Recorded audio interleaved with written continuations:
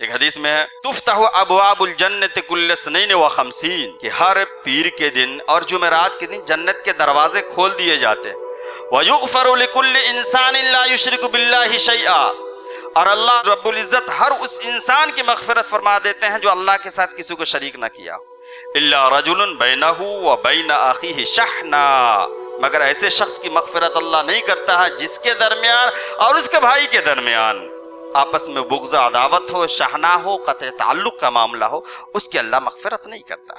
ایسا شخص جو قطع تعلق کرنے والا ہو جنت سے محروم ہوتا ہے۔ حدیث میں ہے لا يدخل الجنت قاطع، قطع تعلق کرنے والا جنت میں نہیں جائے گا، کہ جو شخص قطع تعلق کرتا ہے اس کی سزا اللہ دنیا میں بھی دے دیتا ہے۔ حدیث کے الفاظ کچھ اس طریقے سے کہ کوئی ایسا گناہ نہیں ہے جس کی سزا اللہ تعالیٰ دنیا میں بھی دے دے اور آخرت میں بھی دے، سوائے ظلم و زیادتی، بغاوت اور رشتہ اور ناتا توڑنے کے۔